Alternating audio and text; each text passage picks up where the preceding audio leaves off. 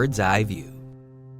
Okay, hi everybody. Welcome back to another episode of Bird's Eye View. Very happy to have you here today. We're going to jump right into it. I just wanted to maybe just say something briefly about the fact that sports seems to be coming back. TFC's already started playing, and we start to get to a closer semblance of normal. I'm really hoping that the Leafs, if and when they do start playing, don't win that series. Maybe we can get that first overall pick.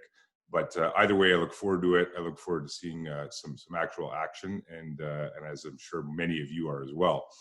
On the work side of things are going well. Obviously, on Bird's Eye View, we've had the opportunity to talk about our mental well-being, our emotional well-being. We've talked about systemic challenges and I guess our societal well-being. But today we're going to take a little bit of a different approach, and we're going to talk about, from a business perspective, your online well-being. And I can't think of anybody better to bring on to talk about someone's online well-being than Julia Mariotti, who is a UX designer at Skylar Media. So Julia, welcome to Bird's Eye View. Hi, thanks for having me. I'm excited to be here. Excited to have you too. So Julia, you're our UX designer. You're the first UX designer that Skylar's ever had. Before we get into some of the more detailed things in and around your position, you want to explain what the heck a UX designer actually is? That's a good question, and one I get often. I don't think most of the people in my family even know what I do, but UX stands for user experience. So basically, my job is to understand the end user of a website, platform, or mobile app and really know what they're looking for and what goals they have and cater towards that. So a lot of the times what I'll say is, like, my job isn't to work for our clients, but instead I work for our clients' clients. So it involves a lot of research and planning and a lot of trial and error too sometimes, because, people are really difficult to, you can't guess what they're going to do all the time, right? So the research always comes with testing and trial periods, and then we revise. So fun job from my perspective. Yeah, it's funny. You work for the client's client, I guess, at the end of the day, because we have to optimize their user experience for their experience with our client to then be optimal, right? So it's a kind of that vicious chain reaction. Yeah, exactly. Online presence, obviously with COVID, the world has shifted online in a dramatic way. I think a lot of companies that we even deal with in some cases, had these plans of eventually beefing up their online presence or going online at all.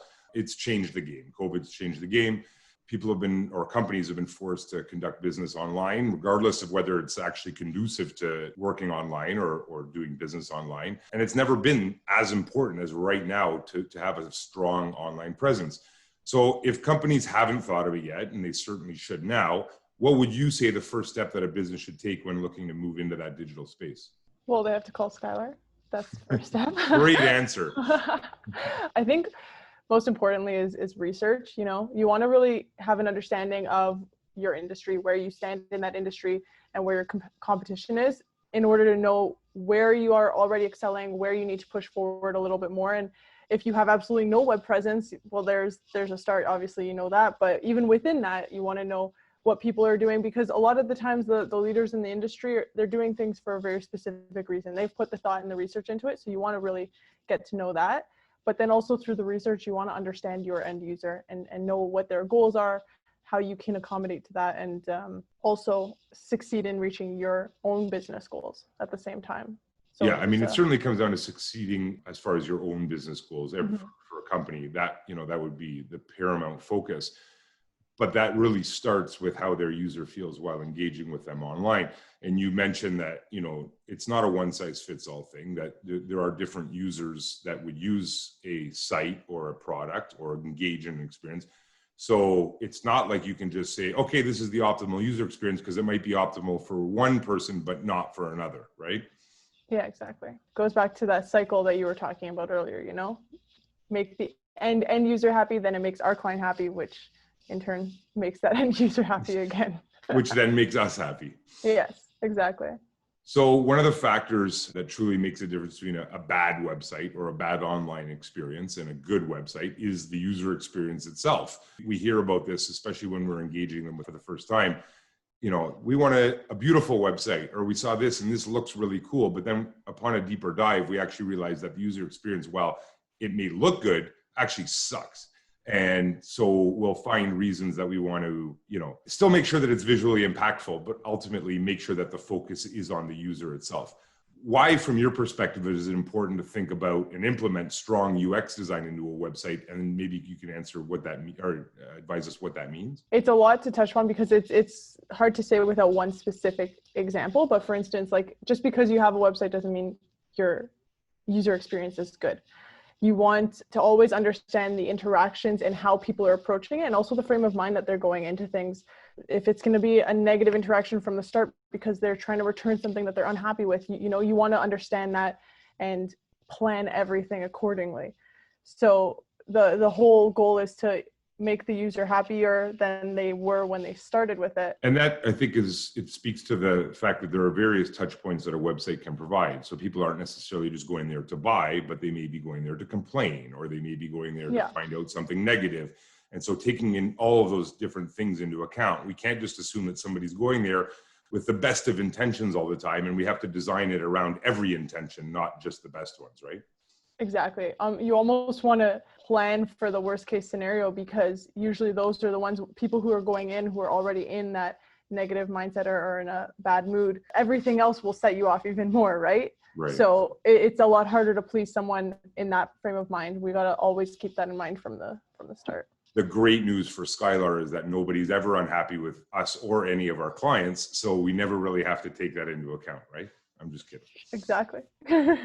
Speaking of UX at Skylar, though, what's one of the best or most satisfying projects that you've worked on at Skylar? It's really hard to say. Like, for starters, I mean, Electra was one of the biggest ones. And so just having that accomplished and finished, and well, nothing's ever finished. You're always, improving, reiterating, updating content and stuff. But it was really cool to see, how everything came to fruition, and that big beast of a site is now live and people are actually using it. So that was pretty cool. But a lot of the times too, like sometimes the smaller projects are just as exciting. Like, for instance, I really enjoyed working on a CD & Co website, which was a bit more like design based in its interior design firm, but still has like a nice smooth flow, and I really enjoyed that. And right now, working on Food Banks Canada, I'm really excited about this one. I know we're still in early stages, just working on, the layout of the site in terms of site mapping. But I'm really excited for where that's going to go, because it is a big website in its own self. It's a big website, yeah. And there's a variety of factors, right? So the same way Electra could get people who are looking for information on power outages or their bill, or rates, or programs that may be available to them, the Food Banks user could actually be very different, because it could be a supporter, or it could be an actual user of the food bank themselves. And so I guess you and your team are working on developing a site that's conducive to communicating with everybody. Exactly. Interesting. Yeah. So it's a lot of work, and it's tough, but I think it's going to turn out really well. So I'm excited for that. I think so too. And I certainly hope so. You're an interesting story as it pertains to Skylar. You started off actually as an intern, a design intern. You came on, you were doing more traditional type design, digital, yes, but not exclusive. And then you started to default a little bit more towards the digital end of things, and evolved over only a few years to where you are. You've certainly set that goal for yourself. You've set your own path. You want to maybe dive into what your Skylar story is, where you started, where you are now, and I guess, maybe how we got there? I think you kind of did a good job summarizing it. Like you said, I started as an intern. It's funny because you guys weren't looking for interns, but I kind of inserted myself, just kind of cold called you guys and see if you needed help. And it ended up moving pretty quickly, like picking up the work and stuff like that, into, like you said, a design role. Because I know sometimes, interns can kind of dabble in a lot of different things, but from there became a creative artist, because I think just because we, clicked well, the team was a great fit, and I guess you saw something in me to keep me on board. But I think as a creative artist, what happened was one of the web projects kind of fell in my lap.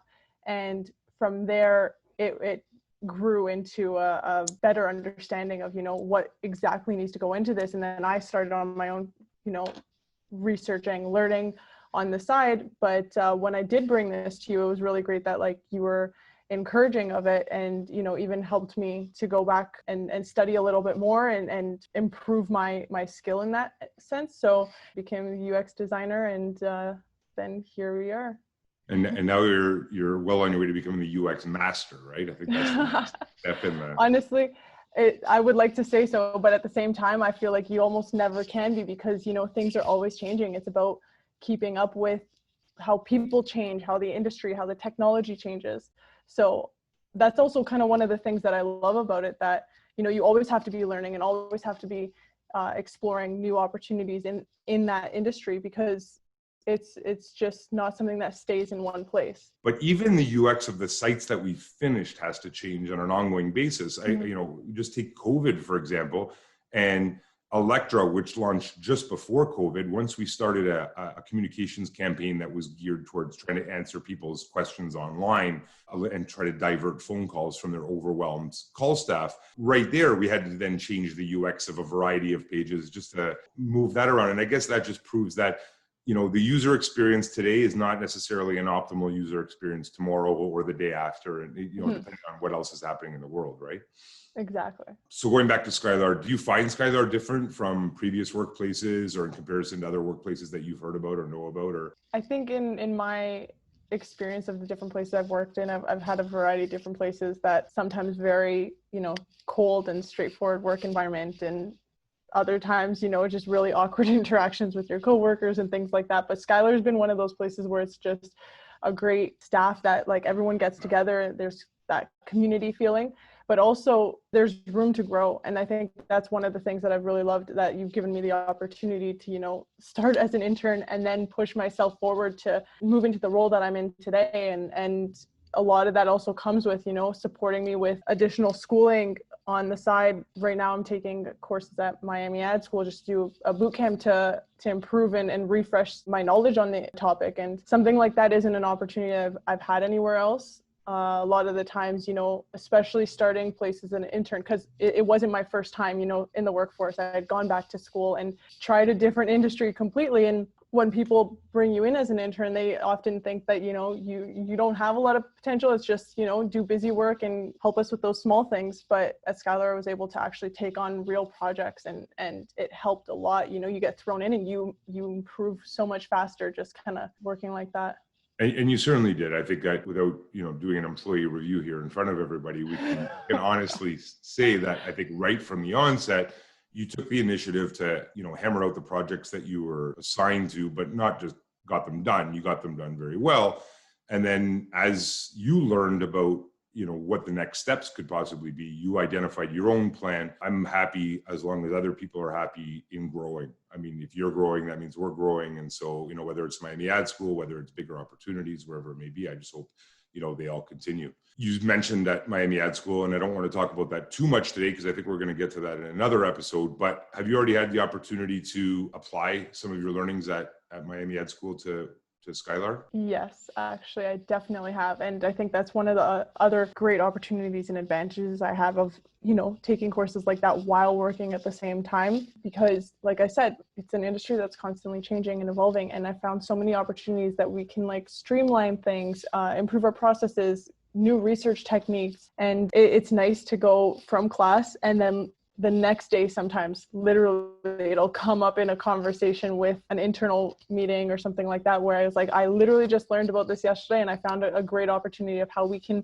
make this better and push forward and really become a driving force in UX within our company. Well, and I think that's reassuring for our customers to know too, that we don't just build it and then move on. We're constantly improving ourselves. And if we can identify ways that we can make their sites better, it's better for both of us, I guess, right? Yeah, exactly. Well, I think we've learned today that certainly from a UX perspective, it's more important than design itself, that it doesn't matter how pretty the site is if it doesn't perform well, or if the user finds things confusing or upsetting or just difficult to find, it's not going to be an optimal experience. And so the opportunity exists for everybody to look at their site UX. We encourage everybody to do that. Julia doesn't have enough on her plate right now. She looks forward to engaging and looking at all of your sites. So please message us and we can do an audit on the UX for you there. But certainly, even if your site was just built, things change and the world changes and we need to stay up to date with that. Is there anything that you would add to that as far as what we would tell our audience? If you do come to us, we won't only tell you suggestions in order to, make ourselves money. I think that's also important. Our goal is to help you guys improve. So if that means, telling you a cheaper way of doing things, that will be the way of moving forward with that. So it's about seeing what you have and seeing where you can improve and just strengthening what you already have. I'm going to wrap this up shortly, but I've been asking everybody that comes on if they can tell me maybe a funny story or two about life in quarantine or just life in general over the past several months. I know you just got a couple of dogs, and so you're the proud owner of two adopted dogs. So congratulations on that.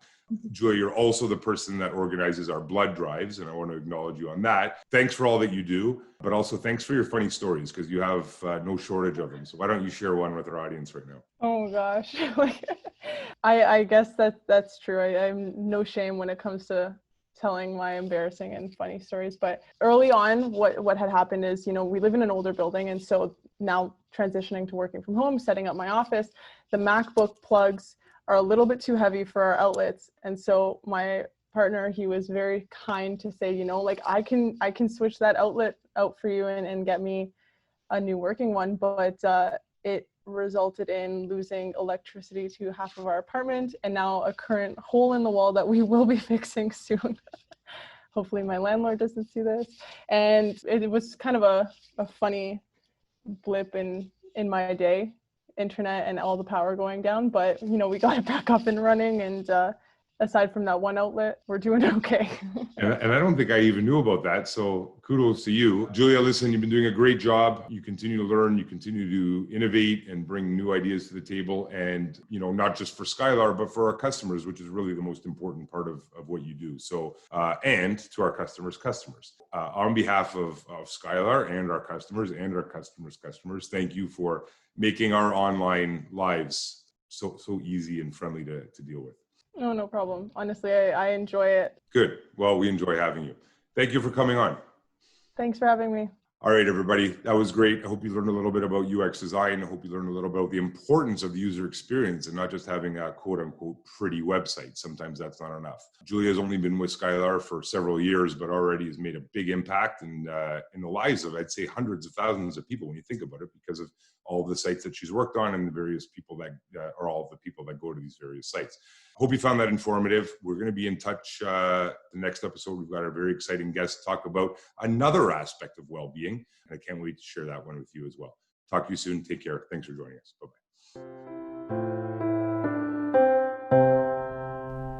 Bird's Eye View.